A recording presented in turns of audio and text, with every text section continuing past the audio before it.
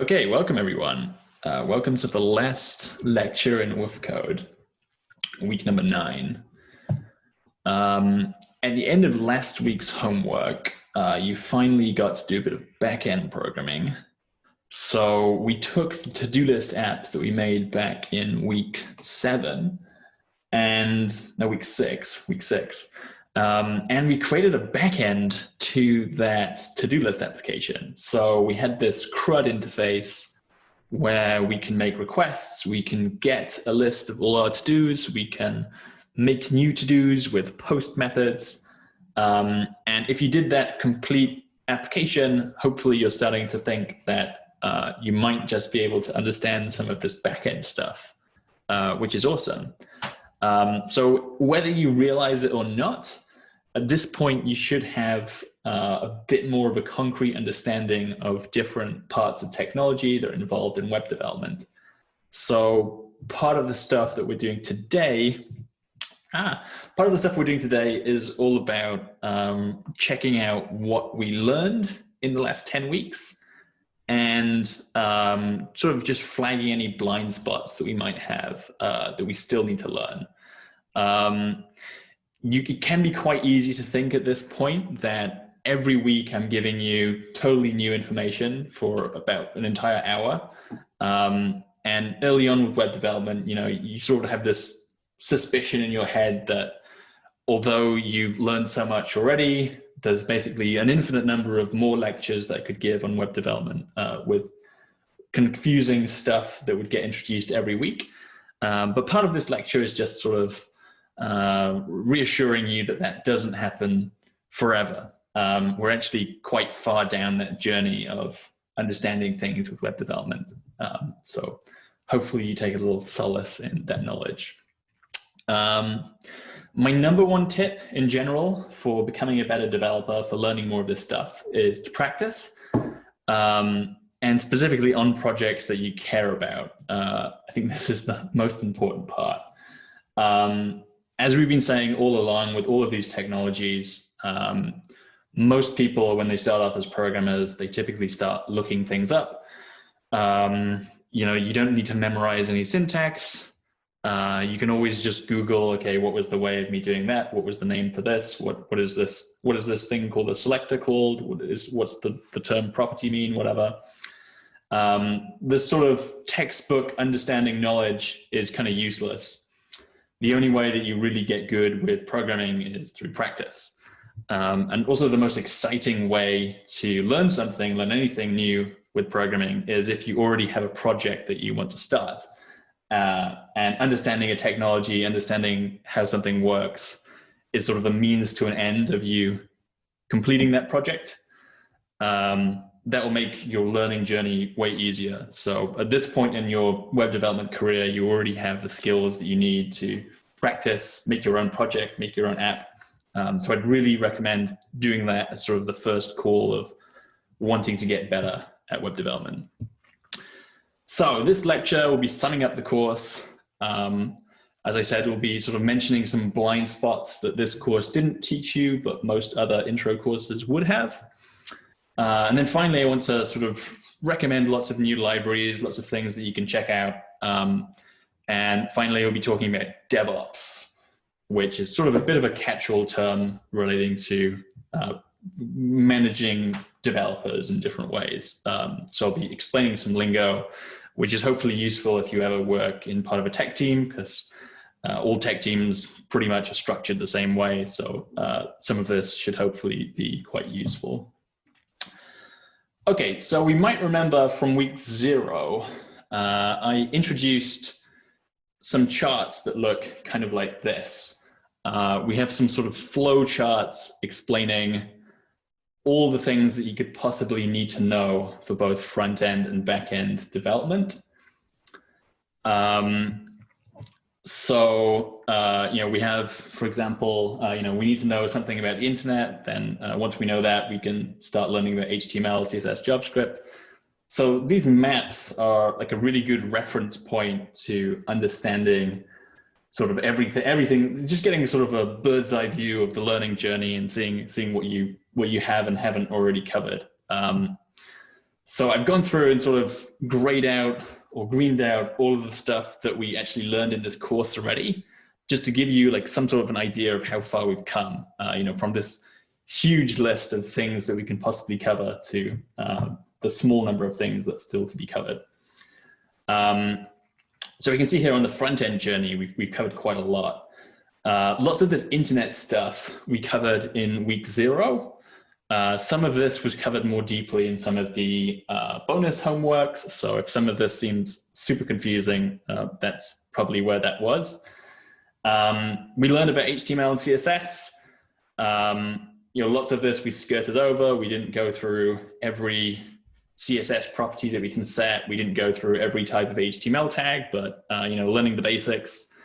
We've dealt with forms along the way, particularly more so in the recent React homeworks, talking about the to-do list app and also talking about the Mad Libs project for week 7. So some of these layouts, so stuff like positioning, knowing about floats, CSS box model, we did all of this stuff. Some of these, like display, this is sort of one of these properties that we could sort of figure out from looking things up. And again, like all of this stuff becomes more and more clear with practice. With JavaScript, we did quite a lot. We did 3 separate lectures exclusively on JavaScript. And then we were then fleshing out those JavaScript skills in the React and Express lectures. But yeah, most important stuff with that is the basic syntax. So learning about variables, learning about data structures, different data types, that all comes under the syntax and basic constructs. DOM manipulation, adding sort of changing HTML and CSS using the document object in the browser. We did lots of stuff on this. That also came along with events, so tying specific functions to trigger depending on user interaction. That was all sort of in the same vein as DOM manipulation back in weeks 5 or 6, I think. Fetch API, grabbing data from an API. We covered this. We were using Fetch. We also learned about promises in that same lecture. Finally, ES6 syntax. So we've been sort of covering that in bits and bobs all the way through the course. Sort of a newer version of JavaScript syntax. So sort of things like the arrow functions, things like the object destructuring, the spread operator, lots of stuff like this. Maybe it's more useful if I say what we didn't cover. Semantic HTML, honestly not too sure what this means exactly. I don't think we covered it, but I'm honestly not sure. I'm not sure if I understand what semantic HTML is, but not that important overall. Accessibility, this is basically a selection of different tips and tricks to make your code seem easier to read on screen reader. So visually impaired people, people who can't see that well, will be navigating your site using a screen reader. So keying between different elements and having the screen reader sort of read out what's there. So we did one little trick. I think I mentioned this when we talked about images. You always need to add a alt attribute to your images, which just means that you have an alternate text that can be read out if someone's reading a screen reader. So there are a few different ways that accessibilities, a few different tips like this that make your project more accessible to people with disabilities. So that's what accessibility is all about. We didn't explicitly cover this, but we mentioned bits and pieces to do with that. SEO, this is search engine optimization. So making sure that websites show up on Google when you Google something. So if you type into Google WOOFCODE, you'll get the WOOFCODE website, for example. I honestly don't think this is that much of a web development thing. I think this is more of a growth marketing thing. Not many web developers would know too much about SEO. So not too much of a worry not understanding that, but if you want to go deeper into it, you can always check it out. Responsive design, we did a little bit about. So responsiveness is making sure that your website renders properly on different screen sizes. So the way that we got around this was using the Material UI and Bootstrap grid systems. So we can define columns that we want to place our components inside of, and we can make sure that those columns sort of resize dynamically depending on the size of the screen. So we sort of got around that. It turns out there are special CSS selectors called media queries, which allow you to do this on a more fine-grained level. So you can say, okay, if the screen is over 962 pixels wide, then I want to do these styles. Otherwise, I want to do some other styles. That's possible in CSS, but generally, I'd rather recommend you use a CSS library like Bootstrap or Material UI to do that for you. Okay, so some of this stuff, yeah, we didn't get too much into that.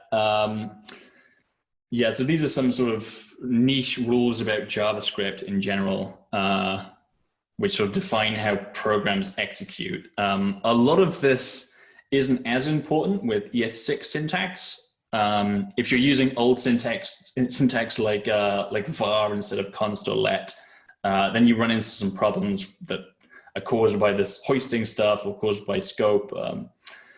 So this isn't super important, but some more advanced JavaScript stuff if you want to jump into that. Okay, talking about, so some stuff to do with web security.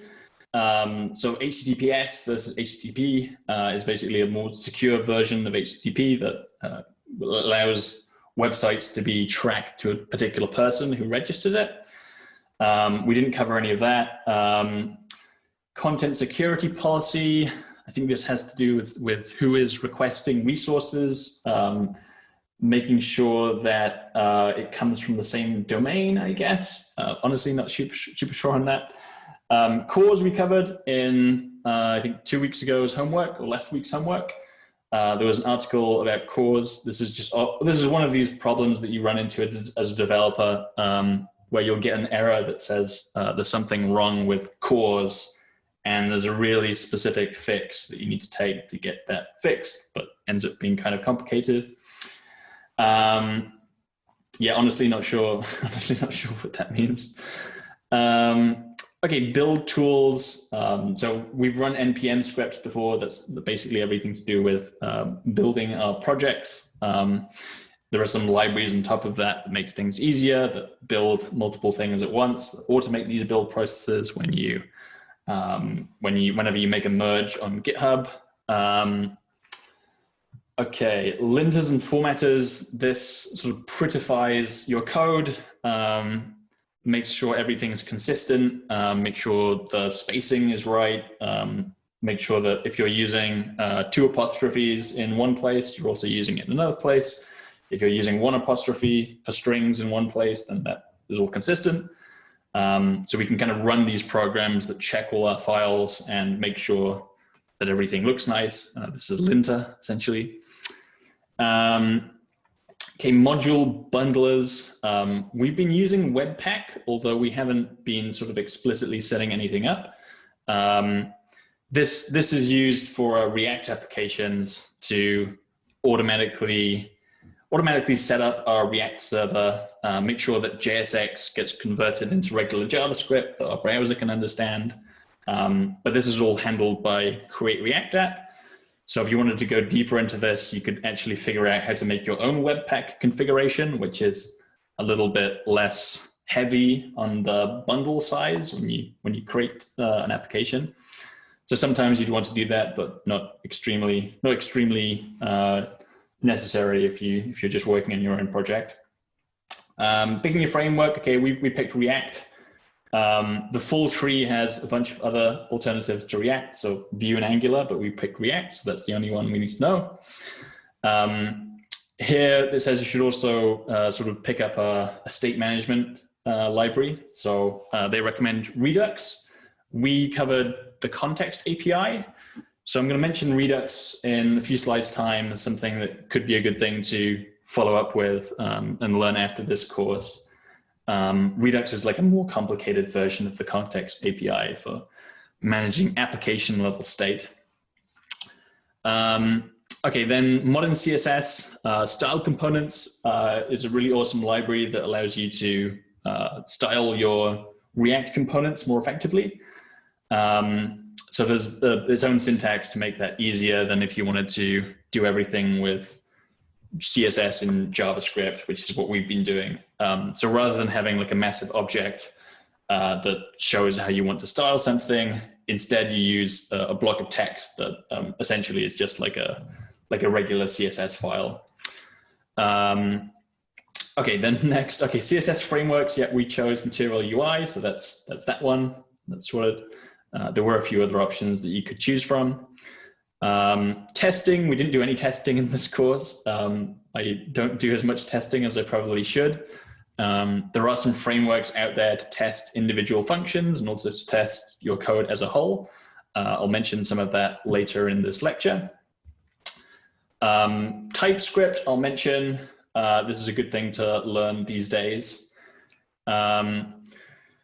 Progressive web apps.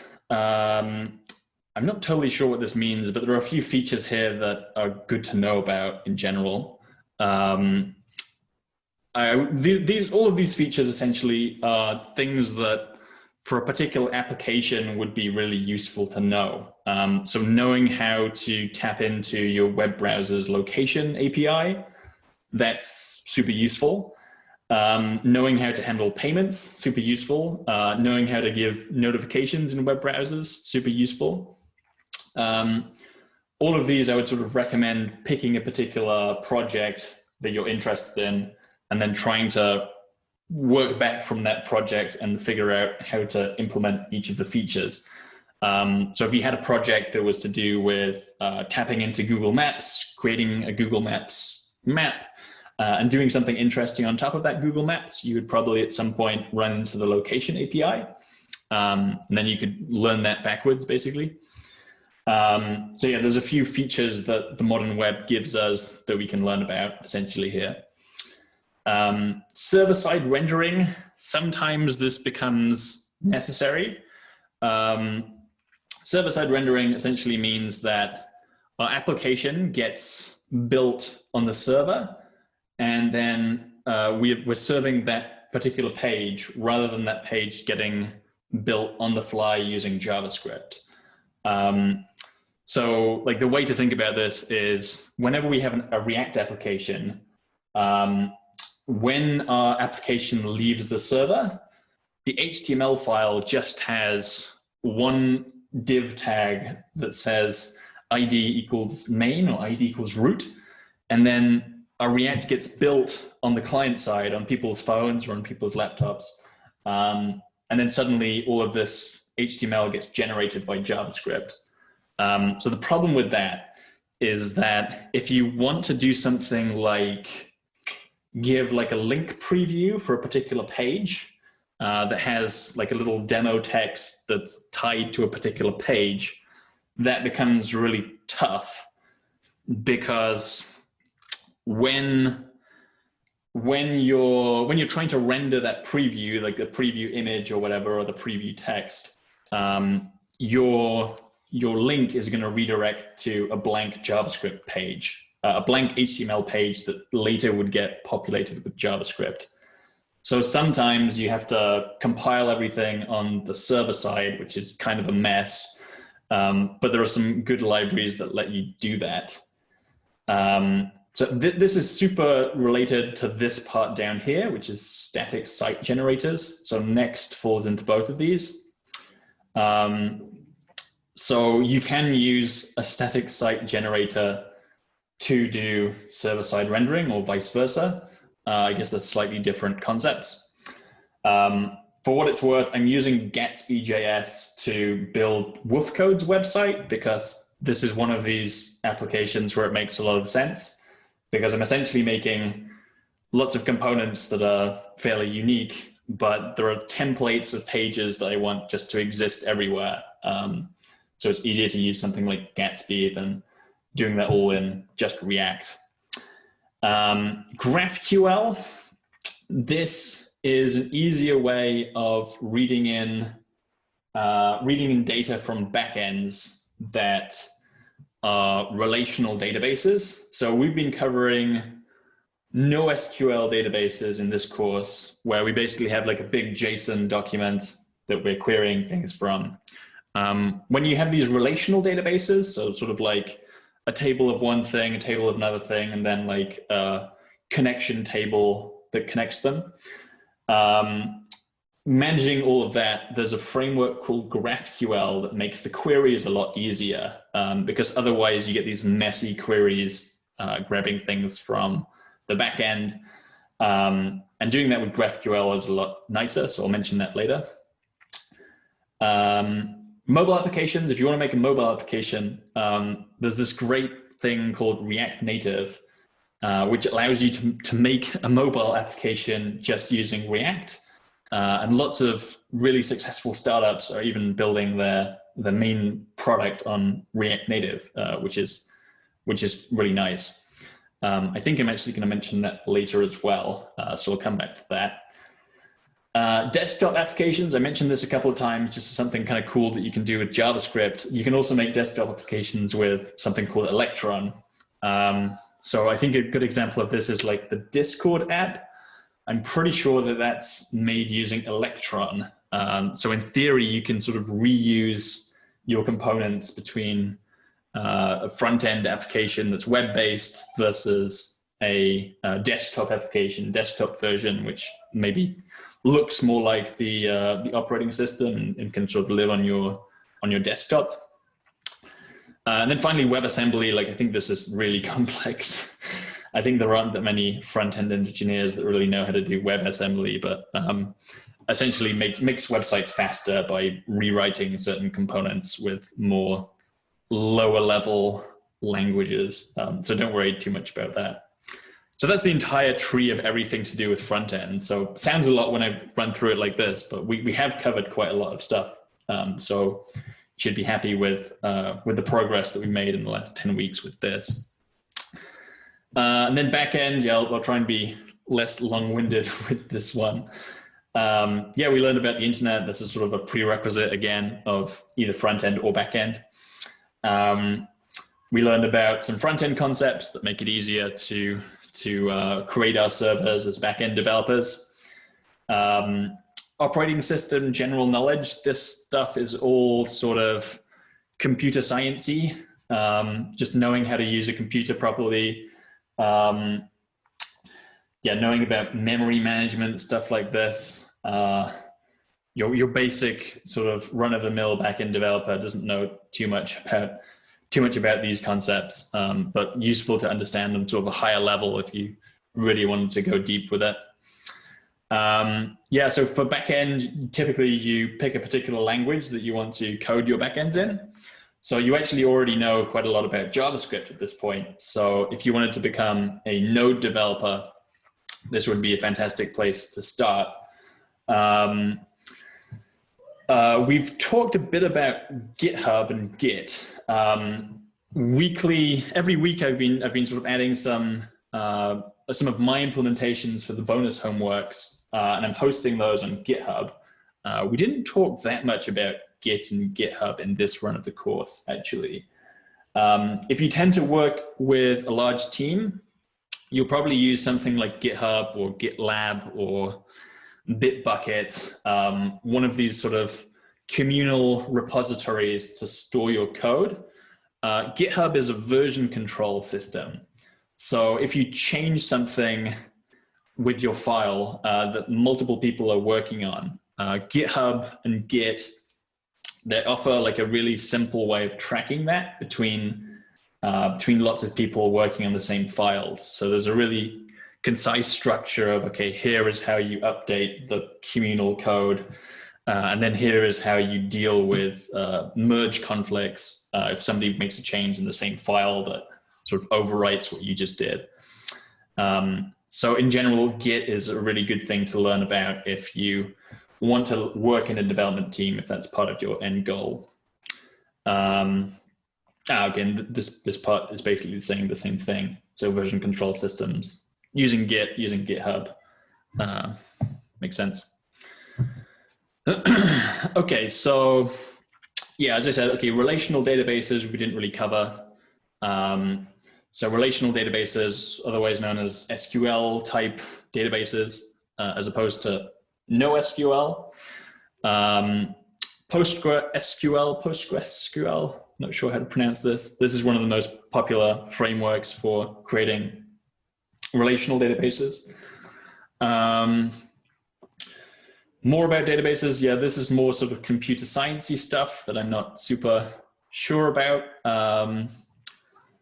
Yeah, good things to know about in terms of optimizing performance of backends. This isn't my particular area of expertise, so I can only tell you so much about it. APIs, we learned a little bit about JSON APIs. There are lots of other things that we can request through APIs and things that should be handled typically with an API. So lots of other areas to dive into. This stuff is all to do with authorization. Authorization in general, I'll talk a little bit about this in a few slides. Authorization is a famously difficult problem to solve. So yeah, there's a few tricks that we can get around that with, but this is always one of these problems that you inevitably need to face creating pretty much any application. Okay, caching. Yeah, how do we save particular resources on the back end that we're requesting a lot of time to speed things up is essentially what caching is all about. There are a few different ways that you can manage that, a few different good frameworks that you can use to make that easier. Web security knowledge. So similarly on the front end, we deal with a few of these in this box here. Yeah, there are a few security things that you need to figure out if you're a backend developer, I guess. Testing, again, pretty similar. I'll talk about that in a few slides. Continuous integration and development, I'll talk about that when I talk about Devops. Yeah, a few different design principles that you can use for creating backends, creating APIs that are useful. The main one that we actually covered was the dry principle. There's a core design principle that you shouldn't repeat yourself in code that you write. Okay, search engines, yeah, something like Elasticsearch makes it easier to look up things that are structured in sort of a pretty heavy database to make things a bit quicker.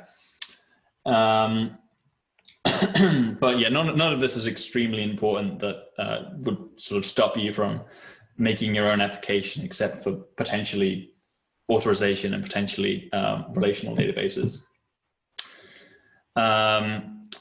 Yeah, and lots of this stuff I honestly don't know too much about. GraphQL, again, we mentioned that on the front end side, so I'll talk about that in a few slides time, but there's lots of setup on both the front end and the back end to get that to work. Yeah, so there's a few other things with back end. We learned a lot more about front end in general than we did about back end. But yeah, if you're looking for next steps, next things to learn, like this is a great resource for figuring out what your knowledge gaps are, and then creating projects that fit towards those knowledge gaps. Okay, so speaking of which, these knowledge gaps, I want to just fire through a few of these. I mentioned authentication is a really common problem that you need to tackle as a web developer. And it allows us to track a particular user across our site and also save resources in our database specifically targeted to one user. So coming back every day, you get to see your personal dashboard for your company. Really common for web development projects. It's a surprisingly complicated process. Typically, people tend to use some sort of identity management system to track their users. So there's a company called Auth0, there's a company called Okta that both handle just managing your users, being able to reset passwords, being able to email your users particular things. There's also two things called AWS Cognito. So this is Amazon Web Services. There's a really popular thing called AWS Cognito that is specifically around user management. So this is how you could do this on your backend. You almost never want to store a users table that has your users' passwords in it because that's quite insecure. So you typically want to use one of these external providers to host your users and store the passwords so that you don't need to do that yourself. This also makes it a lot easier if somebody wants to log in with their social media accounts. Most of these providers will, pretty much all of these providers will easily let you do that on top rather than you needing to figure out that logic by yourself. With Node.js, there's a service called Password. There's a library called Passport, which helps you manage your connections to these identity providers. And we do this typically with a protocol called OAuth 2.0. OAuth stands for Open Authentication. And you typically have like a process that looks something like this. So you as the client need to make a request to the resource owner. So this could be some sort of route on your backend, like auth/login. That will reply with an authorization grant, which can then be sent to the authorization server. So this is like your identity management provider, who can reply with an access token. And then you on the client side can then use the access token to get access to your backend. So this is a really complicated process. Honestly, I don't really understand this that well. I have to really think about it to get my head around it. And yeah, it's one of these things that you can only really learn by practicing it with a project that you really want to add authentication for. But once you know how to do this, then it looks pretty much the same in any project. Okay, and then the way that we handle authentication typically in web development is we have these things called JWT tokens, standing for JSON Web Token, which is a long string of digits that looks something like this. And you can convert this into a JavaScript object. So typically you'll have a token like this, which is tied specifically to a particular user. And if someone adds this into the HTTP request that they make to the backend, then they get a response back. And you can also store data inside of this object. So you could have the user's name, and then as long as you have that JWT token on the client side, then you can use that to put the user's name in the header, for example, something like that. Okay, next thing that could be useful to learn about potential blind spot is Redux. So I mentioned before that we've been using the React Context API instead of Redux, but Redux is like a more complex, slightly more verbose, longer, harder to understand version of React Context. And so Redux is better for big applications with lots of components wanting to access and update the store. And essentially you separate your code into many different files. So you have a store file, you have an action creator file, you have a reducer file, and essentially you end up with something like this. So the view here is like a particular component, a particular part of the application. From a component, you can trigger an action. And an action is basically an object which gets fed into a reducer, which then updates the store. And the store is like the application state that different components can connect to. And then updating that store updates the state, goes into the view. So there's this sort of one-directional, unidirectional data flow that people in Redux always talk about. So Redux is just a case of really drilling yourself on what this means, figuring out what this means, and then, as always, practicing with that newfound knowledge. Okay, GraphQL, mentioned this already. This makes it easier to request relational data from the backend. Rather than having to write these really complex SQL queries, we can just use a GraphQL query instead. And then rather than having to have a backend developer open up different parts of the relational data to the front end, the front end developers can just dive right in and make their own GraphQL query that does that for them. And the library that we use with React to add this GraphQL functionality is called Apollo. And a GraphQL query typically looks something like this. So it sort of looks like a JSON object, and it gives back an object in JSON form. So yeah, so it's a pretty easy query language to use. Like the shape of the query looks a lot like the shape of the output, which is really nice. That's not at all true for SQL queries. And for each of these things, we're diving into different tables to get things. So otherwise, it would take a much more complex query that's way longer to do this with usual relational data. Okay, next, TypeScript. This is something that is great to know if you want to become a web developer. TypeScript lets you optionally add type safety to JavaScript.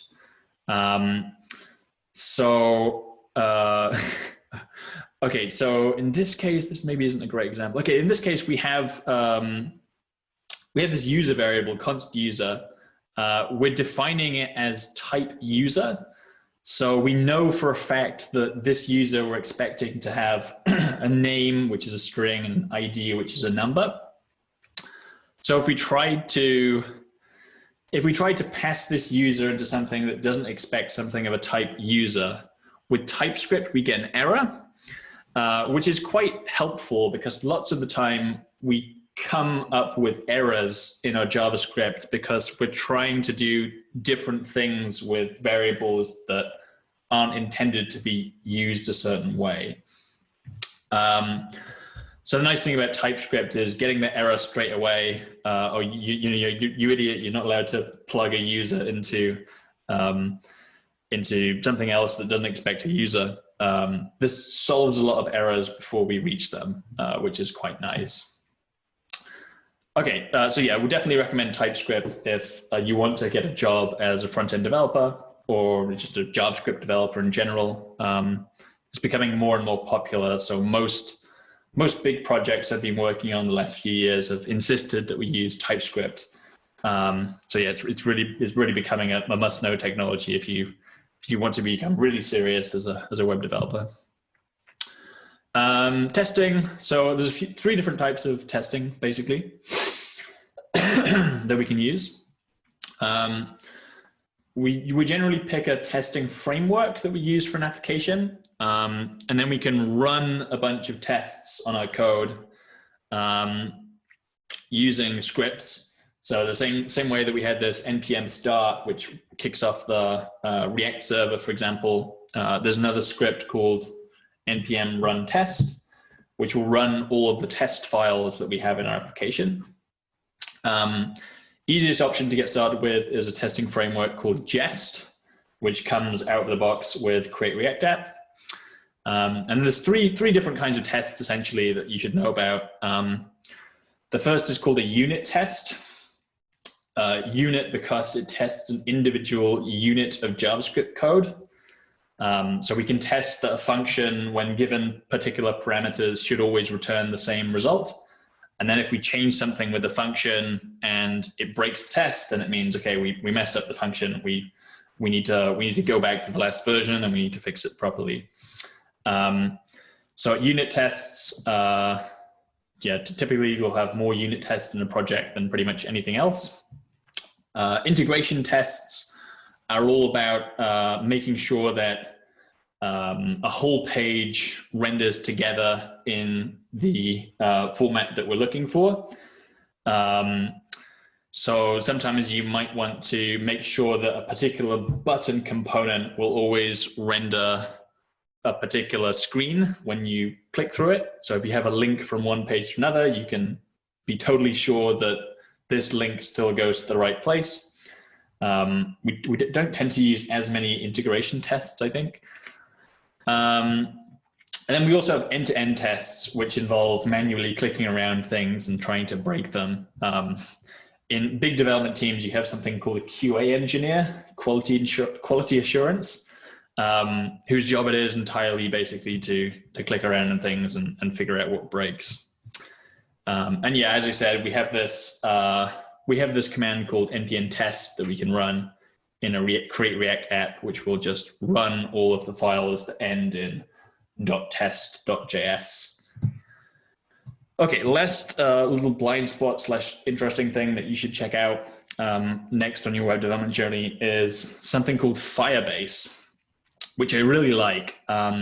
It's called a backend as a service. So rather than writing an entire Express application, we have the option of using something called Firebase to essentially mock up something that looks almost identical to a backend, but we can do everything on like sort of a click and drop kind of interface. So it's way quicker to create a backend using Firebase than it is with Express.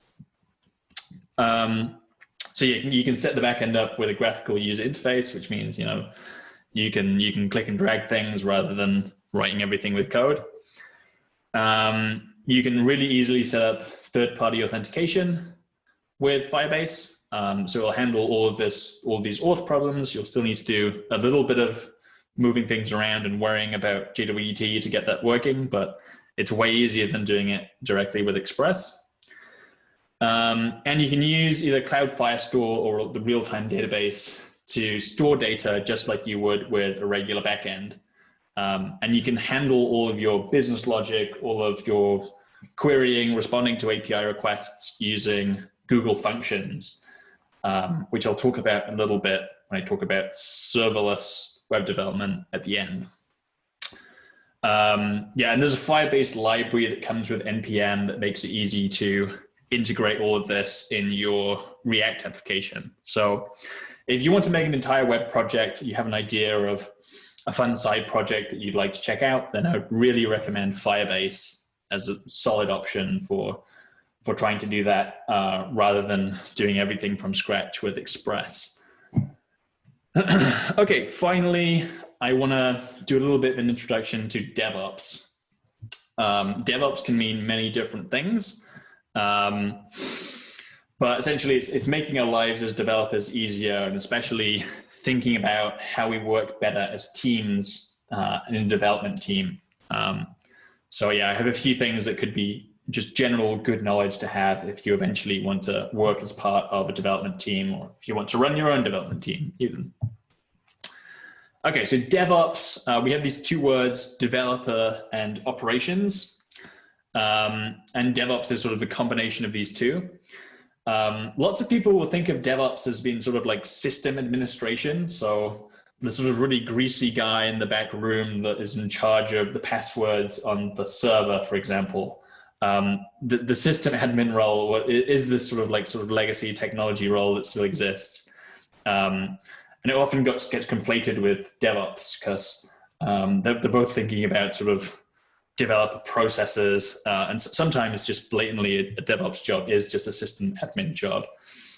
Sometimes they overlap. Okay, so the first concept that I want to talk about in DevOps that's interesting and useful is this idea of Agile Development. So you might have heard of this term before. It's sort of like a generic business term these days. And the whole point is that rather than organizing your development team in this sort of like old-fashioned waterfall manner, where something has to be done before something else can start, and then once design's over, then we can start implementing, and then we can start testing. In Agile, we're sort of doing all of these things at once, and certain teams are starting doing things rather than certain teams can start doing things before other processes. So everything gets sort of divided into small tickets of work that everybody needs to do. And then we have something called Scrum, which is like a particular system for implementing Agile in a development team. So Scrum is more like a concrete process, and Agile is like the underlying philosophy. And so like Scrum, for example, most tech teams, I don't know, yeah, probably like the majority of tech teams that are out there are using something like Scrum, which is sort of like a really ritualized version of a week's work, where typically you'll be planning out the sprint, you'll be figuring out, okay, what needs to be built, you'll have different cards that represent a particular task, and every week you'll try to do all of the tickets in a week. And then at the end of that week, you'll have a retrospective session where you sort of look back on the week and see what we did well, see what we didn't do well. So yeah, there's a really regimented system that's pretty much the same between any dev team. And the system is called Scrum. So this is a good thing to know about vaguely if you want to work in one of these teams. Okay, next, another issue that I want to talk about, so CI/CD. I mentioned this earlier in the backend section of things we didn't cover. CI/CD stands for continuous integration, continuous deployment. And it refers to the concept that developers should be able to quickly make changes to their code and push those changes to like real users that are using things, rather than having to hold up all progress while each of these changes are being checked. So the idea with that is that you typically split all of your changes into the smallest component parts possible. You more regularly make switches to a custom branch to merge into the main branch. So you make small changes and you keep pushing those changes in sort of a isolated development arena. And there's a system that's set up inside of the dev team to make these changes integrate more quickly, essentially. So continuous delivery is all about this step of making these changes automatically trigger some sort of process where somebody's checking it. For example, when I make a push to GitHub, that's going to create a pull request where I'm saying, okay, I want to make this change happen on a production site, for example.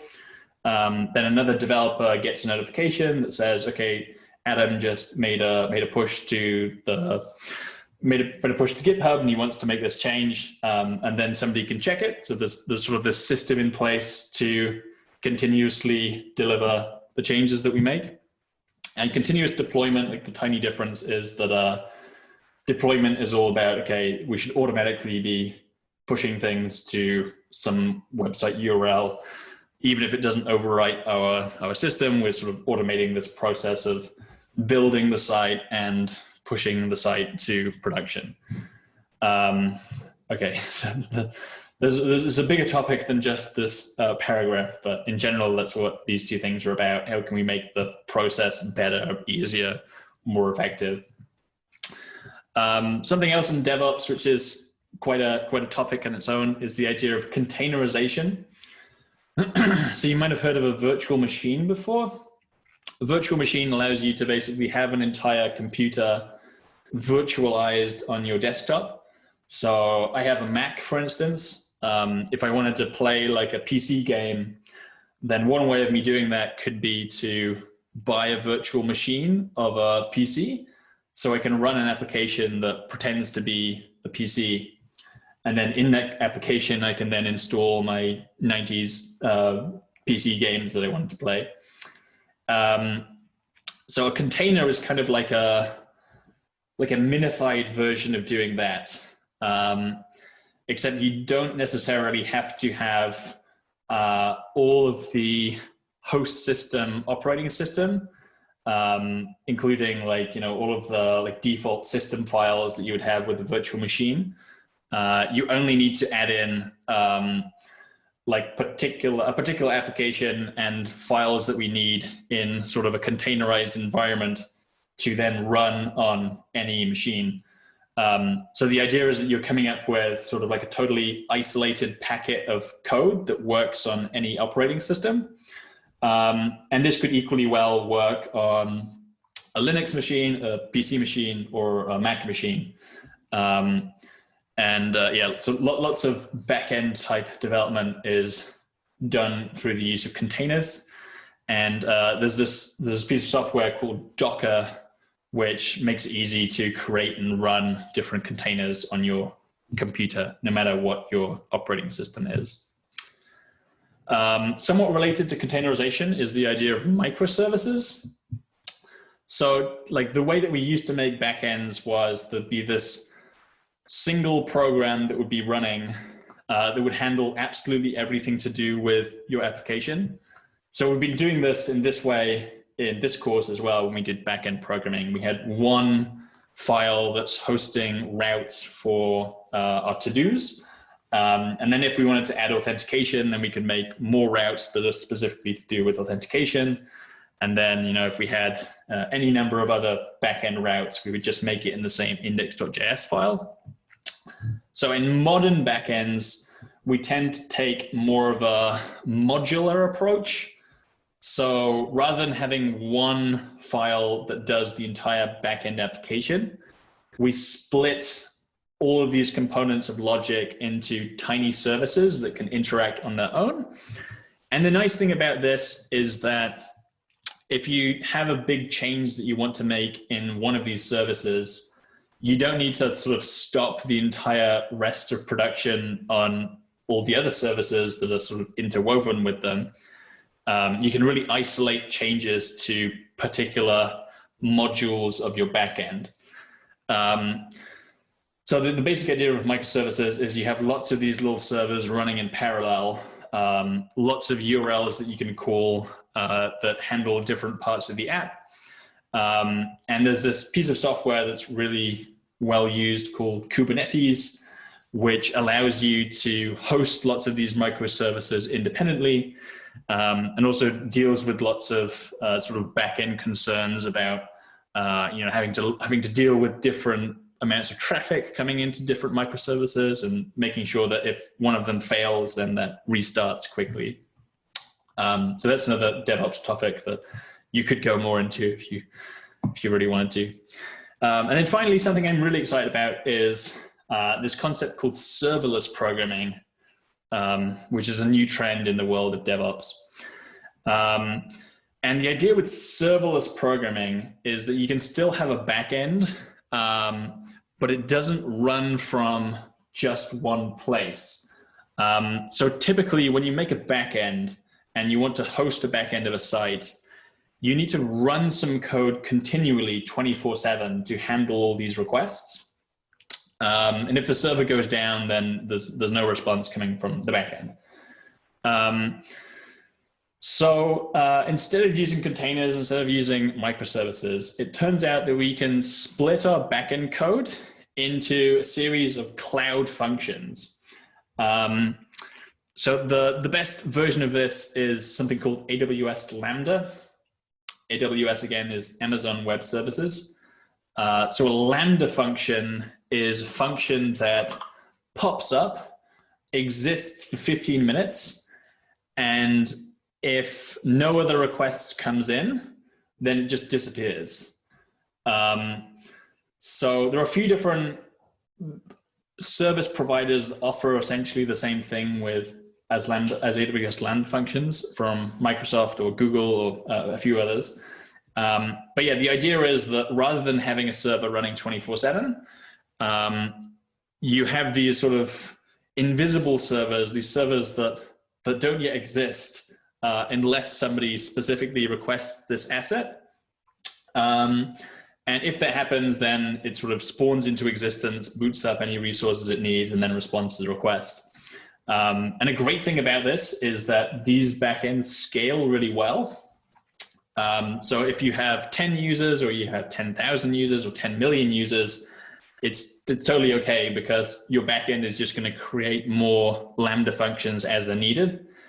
If you want to do this with a regular backend, then you either need to pay for way more usage than you actually end up using. So you could get like a free Heroku plan that lets you host a backend that works totally fine for 100 users, but if there's 1 million users, then you suddenly need to pay way more per month, assuming that those millions of users will continue to use the app. It's a really nice thing about serverless backends is that these Lambda functions just literally just pop into existence as you need them. So it's really scalable.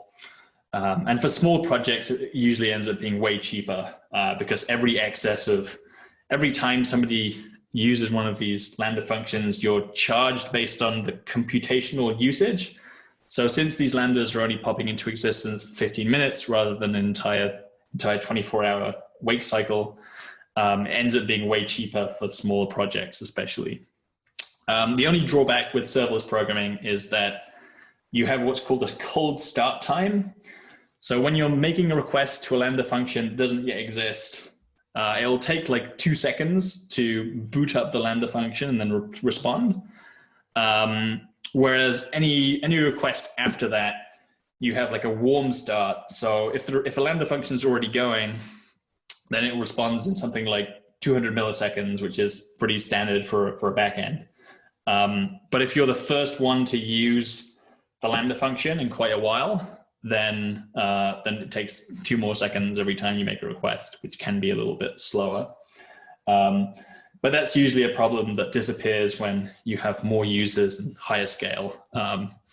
So you can always explain that to a client if they're ever worried about the cold start time. Often end up using the same excuse. Okay, so that's it for this lecture, and that's it for WOOFCODE. This homework, it's not like normal homework, so there's not like usual homework and then a bonus homework. I'm just including lots of different resources that you can check out if you want to know more about programming. And there's some good reading as well in this week's homework on more of these topics that I've skirted over today. So really hope you've all enjoyed WOOFCODE, and yeah, I wish you all the best in whatever your web development journey looks like. One other thing I want to mention is I might try and organize a sort of accountability group, something similar to the group chats weekly, as a way to sort of continue your learning journey in a way that that's interesting and exciting and gives you some accountability to try to keep pushing on after the course is finished. So if anyone's interested in that, then send me an email and we can work that out. But yeah, otherwise, all the best. And thanks so much for being here for the last 10 weeks, and congratulations for coming to the end of the course, because I know it's not an easy process. I know it's difficult as a first-time web developer, but great job through the entire course so far.